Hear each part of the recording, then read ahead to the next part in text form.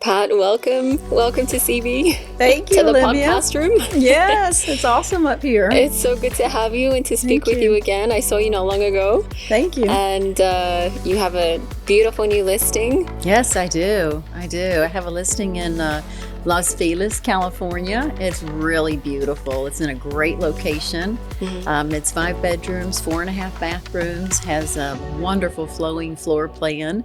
It has 3 bedrooms upstairs and 2 downstairs, and the 2 downstairs are en suites. And of course, the primary room is upstairs, and the views from upstairs are incredible. You get these awesome city views, subdivision views, tree views. It's really a great location. Yeah, sounds like a dream. It is a dream. But it's keeping you busy. It's keeping me busy. Yes, it is. Pat, how did you get into real estate? And tell us a little bit about the background, what led you into sales. Tell us a bit about yourself. Sure. So I started in real estate many years ago in Birmingham, Alabama. I had been with a Fortune 500 company for a long time as an event manager. And they were very classy when they needed to downsize the organization. They just went across the board to all management employees and offered an early buyout instead of just laying people off. So I was in a situation, I took that early buyout and had my own business as an event planner for a little while. And I was trying to figure out really what I wanted to do for the next phase in my life. And I was honestly looking through the newspaper one day, and there was a little bitty ad in there, and it said, learn how to build a house in 12 hours. And I thought, I've thought about real estate and flipping houses and stuff. I'm curious about that. So I called the number and talked to an elderly gentleman who was very kind and a little scattered. And I went and I took this course, and it was a 12-hour course. It was spread over like 4 days. And he taught how to build a house in 12 hours. He also talked about developing property and different things like that. He actually was a retired builder. He was very successful in his own right and had a few businesses of his own.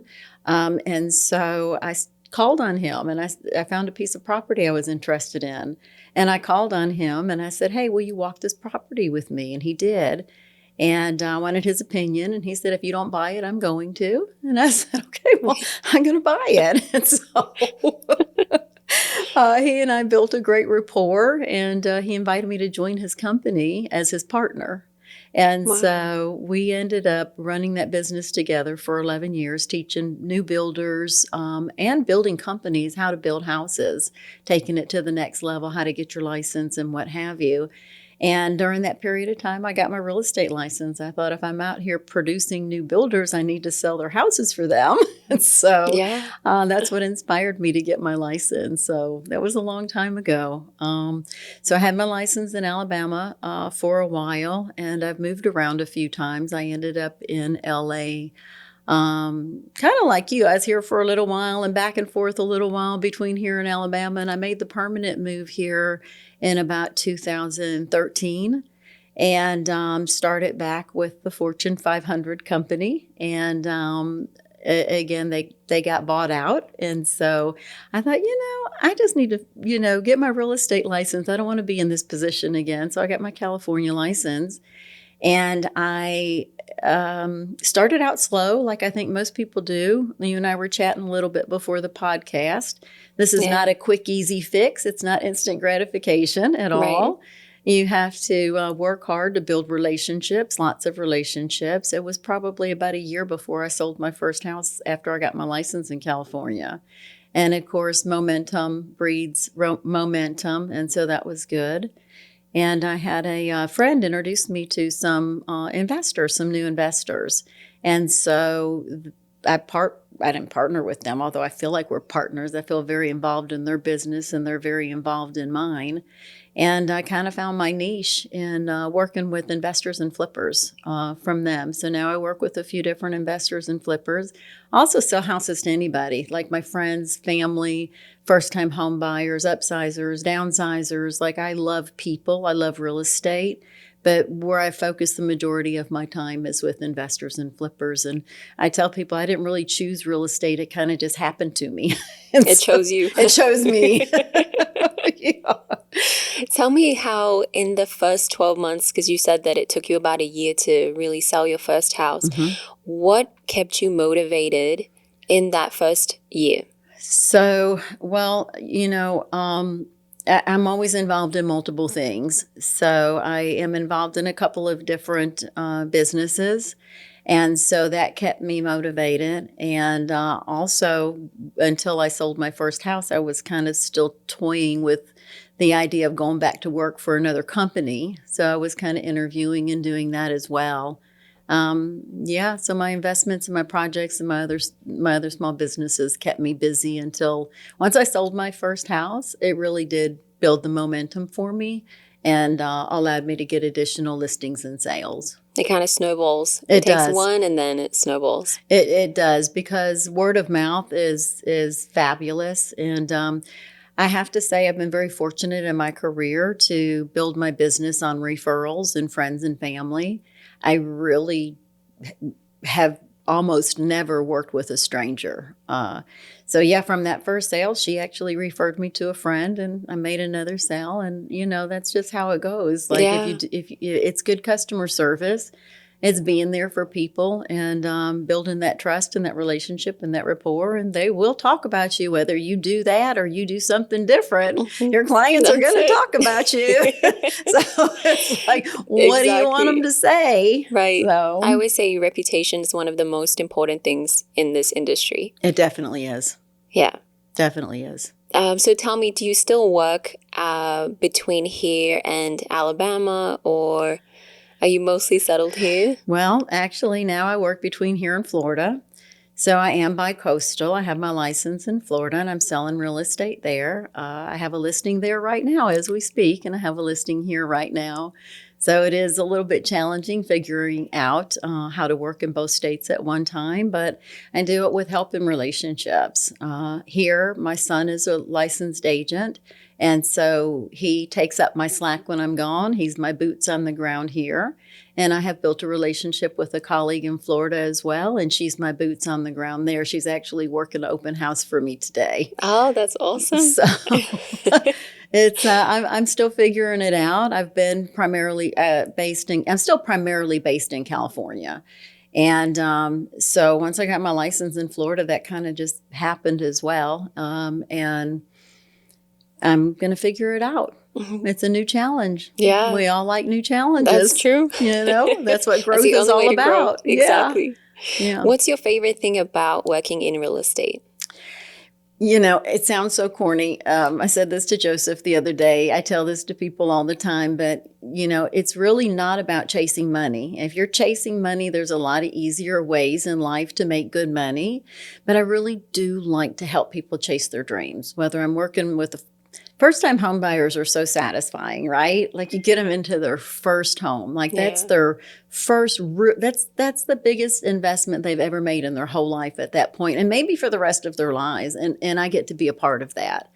So the best part of my job is handing people the keys to their new house. I just love it. Whether I'm working with a buyer or a seller, I still like to hand the keys off.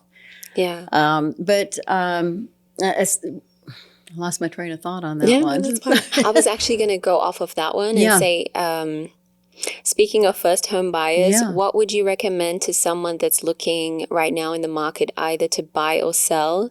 Because everyone's talking about the market right now and how it's a little unsure. So what's something that you would recommend to someone that's looking right now? The real estate market has always gone up and down. Like there's always been challenges. There's always been changes, something new, a new way to do it. The interest rates are up. The interest rates are down. Their market's flooded. The market doesn't have any inventory. Like this is nothing new. And so I really do believe with all my heart that real estate is one of the best investments you can make. Like it may go up a little, it may go down a little, but what investment doesn't? And at the end of the day, especially if you're buying a house to live in it, it's the one place you can invest your money and enjoy the investment. Any place else you invest your money, it's sitting in an account somewhere and you hope it goes up. If you buy a house, your money's sitting in your house. It's going to go up in value and you get to live there and enjoy it. But also, for investors, like it's always a good time to buy real estate. It's like working with my investors. I do a lot of behind the scenes work for them as well. Like I run the numbers, run the reports, do the comp analysis, do every report I can, and help them anticipate how long they'll have to hold that property, what it will sell for when it sells. all of that kind of homework. And at the end of the day, if I'm going to recommend to my clients, as my investors, that they buy a house to make a profit, I'm going to be pretty confident in that product that I'm handing over to them. So I don't take that lightly at all. I take people's investments and people's money very seriously.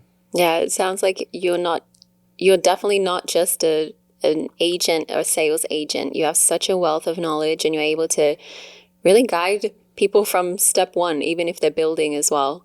Yeah, thank you. Yeah, I really do. And it's like, like to your point, it's always a good time to buy real estate. You just have to, like with any decision you're going to make, you have to take calculated risks. You're not just going to go out there and buy a house without having the knowledge base to know that it's a good investment for you.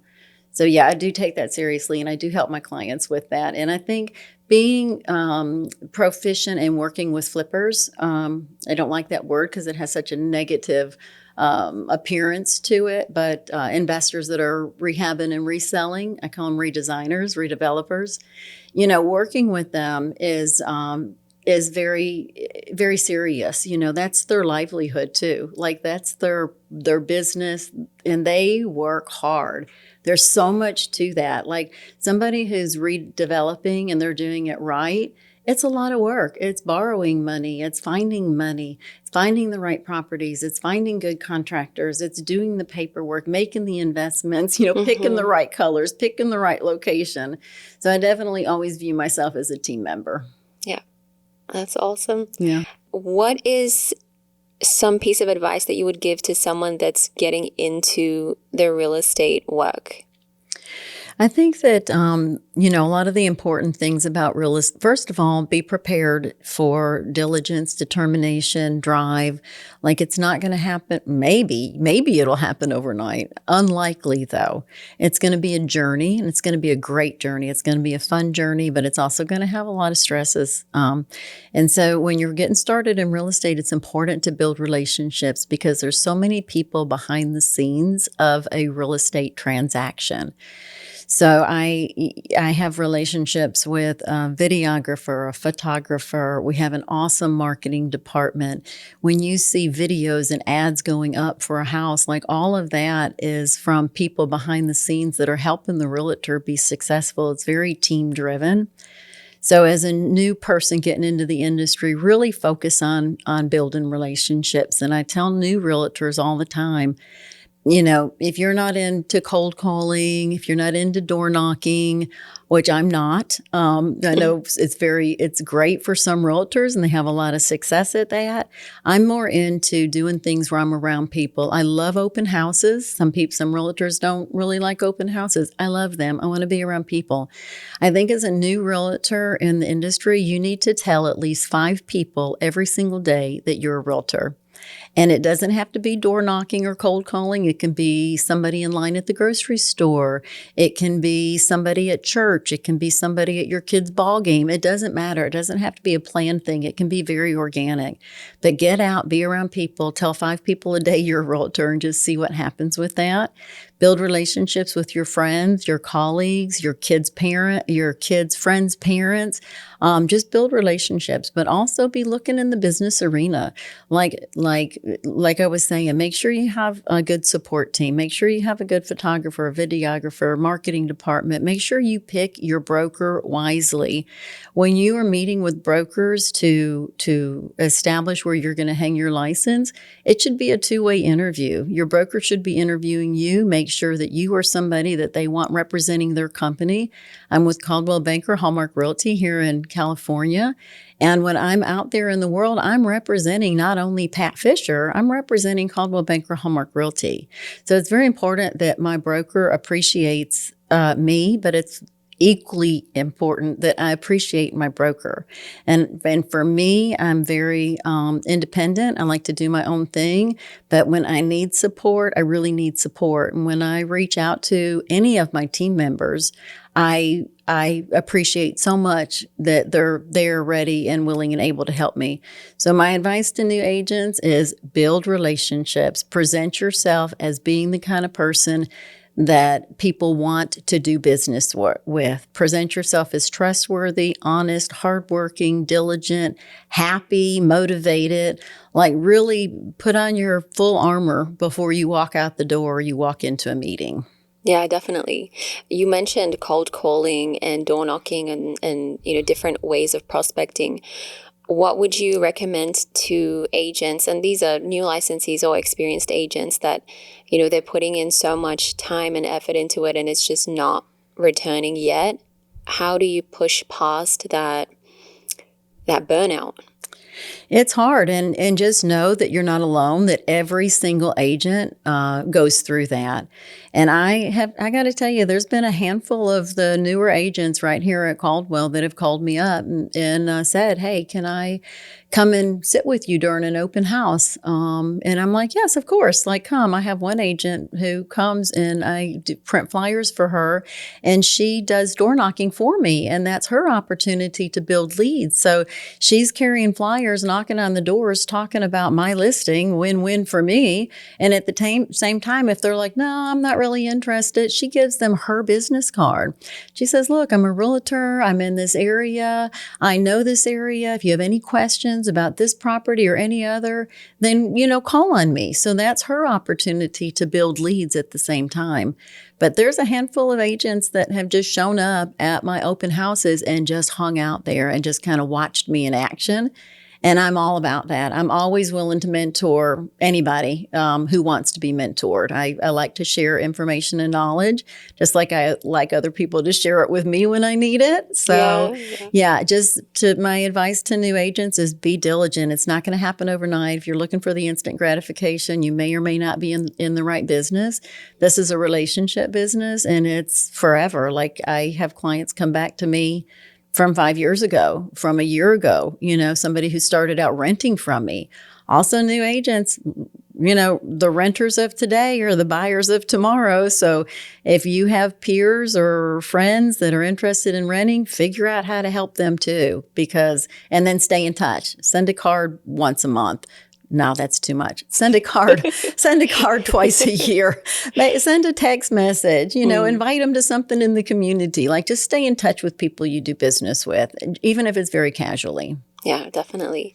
You mentioned your Las Feliz listing. Yes. Tell me a little bit more about that listing, how you got it, and what's the traction and.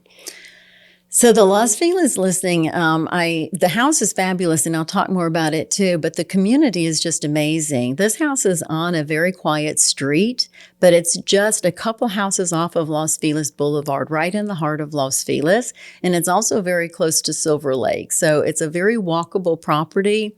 You've got restaurants close by, bars, nightlife. You have Griffith Park right there as well. It's a very walking community. People are always out walking with their strollers and their dogs and out being active and doing things. You can see the observatory from the front yard. The views upstairs, as I mentioned before, are of the city. It's just really beautiful. The area itself is very celebrity ridden. So when you are at Griffith Park or you're at one of the little bistros or you're at one of the bars, you're very likely to run into people that live there that you have seen before. So it's really a great community. People are very friendly. And again, this house, they took it all the way down to the studs. So, and I'll just put it's a female-owned business, so it's 2 women. And they do their properties as if they're going to live there themselves. So they put so many special finishing touches on that you will only know if you come and see this house. So you've got to come and see this house. It won't be on the market for long. So if you're interested, anybody's interested, they need to come and see this fabulous over 3,300 square foot home with 5 bedrooms, 4.5 baths. Like you've just got to see it for yourself. Can you give us the address? Yes, I can give you the address. The address is 2120 North Berendo Street in Los Feliz, California. It's fabulous. Come see it. Call me if you want a private showing. Plus, we do open houses twice a week. So come see this house. Awesome. Pat, thank you so much for sitting down with me today. Yeah, of course. I'm really looking forward to, to seeing Berendo sell, putting this just sold sign on it. Yep. And yeah, looking forward to speaking with you again. Thank you, Olivia. Have a good day. You too. Okay.